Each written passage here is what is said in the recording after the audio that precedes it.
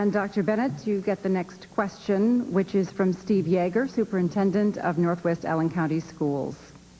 What is your stance in reference to the exorbitant and escalating health care costs for school employees? That is an incredible question, because there's probably not an economy of scale that is larger in our budgets than health insurance. Our school corporation in Greater Clark pays about $13,000 per family plan. And that is a huge expenditure. And there are corporations across the state that are north of $20,000. Now, the reason I give you that is an unusually large portion of our general fund. And it's a piece that we all agree we need to get control of.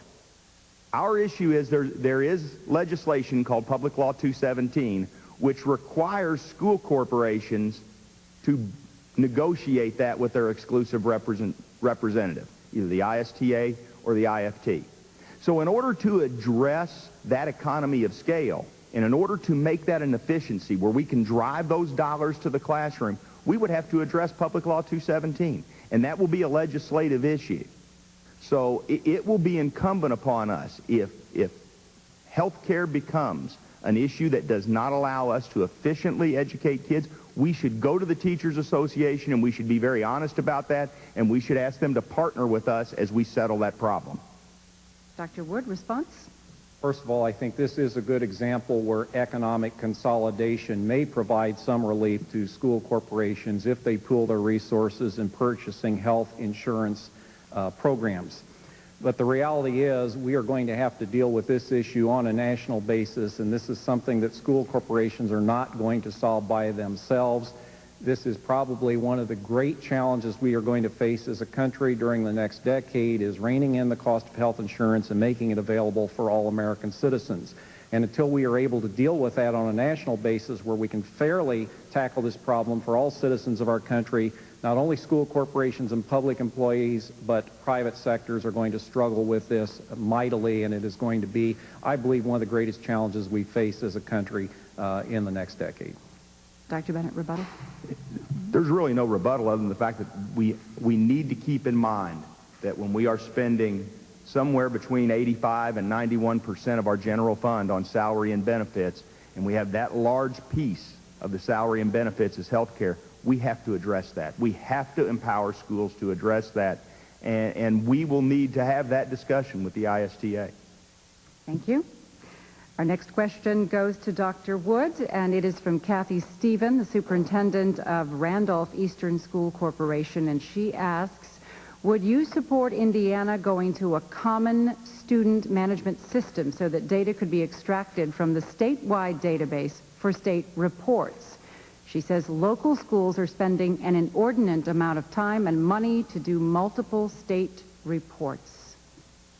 I think one of the core questions that the state superintendent and the Department of Education are going to have to ask is the information that we're seeking from local school corporations something that is absolutely necessary that we have, or it is something that would be nice to have.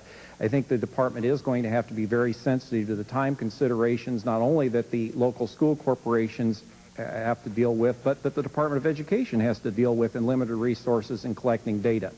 I would say in a positive sense that the Department of Ed has been very effective in recent years in gathering data and making very useful statistical information available on their web page that is very helpful to all local school corporations. I think the challenge in the next few years is going to be, at what point have we achieved enough information, and are we going to have to stop gathering so much information and maybe picking and choosing and prioritizing how we spend time in gathering that data. Again, I think the State Department has to request minimal information that does not keep a local school corporation from, on their own volition or their own initiative, collecting more data for their own use. But again, I think that is something that the state wants to do at a minimum. If the local schools want to go beyond that and what they do in their own community, that should be something they should be empowered to do. Dr. Bennett, response? My answer to that is yes. I think the superintendent mentions a very real problem in school corporations, and that is, one, we are required to give a lot of data. There's no question. But the second issue is We all give it in different forms, and as it comes out, that data looks very different sometimes to the Department of Ed and how it's disseminated out throughout the state. So a standard common student management system that reports to a standard common student management system in the Department of Ed would be a huge efficiency. Now, I do agree with Dr. Wood that, you know, we could probably streamline the amount of information we ask for, but student management and financial data should be consistent. We should be able to track and address expenditures from the financial side, revenues from the financial side, as well as student data in a seamless manner from every school corporation in the state up to the Department of Ed. Dr. Wood? I identified earlier that we had some differences. This is one of those issues that we agree. Thank you. Our next question goes to Dr. Bennett. The No Child Left Behind Act has placed increased importance on accountability and test scores, and in many schools, the increasing number of students for whom English is not the first language has affected test scores in a negative way. Do you feel that some schools with a high number of these students should be held to a different standard that takes this special challenge into account? Well, I don't think there's any question that No Child Left Behind and its articulation with the state's accountability law, Public Law 221, is a challenge. There is no question about that. And I think the highlight of No Child Left Behind really, and the problems with it are shown by, one, the English as a second language kids and our special needs population.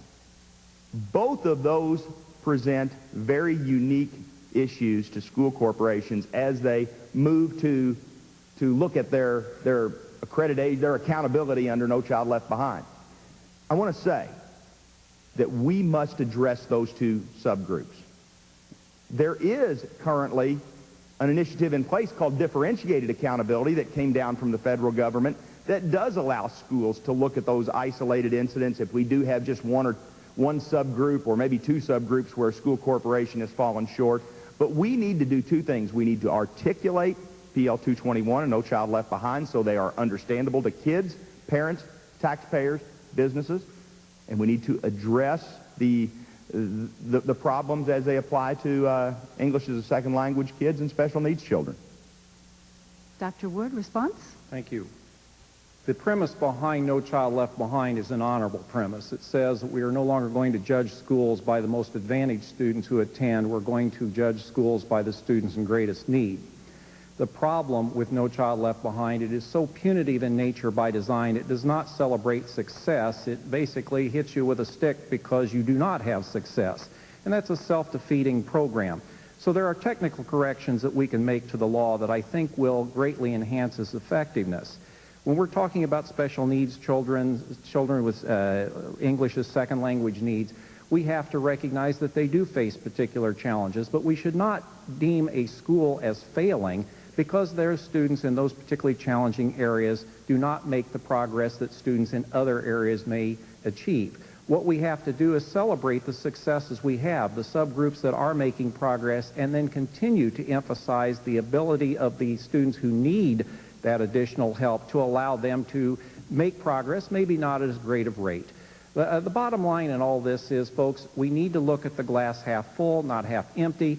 We need to celebrate success, and we need to understand that we have an obligation to the students that have not achieved that success, but we need to put it in the proper context of an achievement level and understand that as long as these students continue to demonstrate progress and are working to the best of their ability, that they are doing what we should expect of them. Dr. Bennett, rebuttal? Well, I would like to simply say I am an incredible proponent of accountability. I strongly feel that we should have accountability for our schools. So I don't want to diminish the importance of No Child Left Behind or Public Law 221. We may not like sometimes what those things say, but you know, you can't look in a mirror and not like what you see and then blame the mirror. We have to address the fact that we have slipped as a nation, we have slipped as a state, and we have to take very definitive means to make sure, action to make sure that we address those issues. All right, thank you, gentlemen.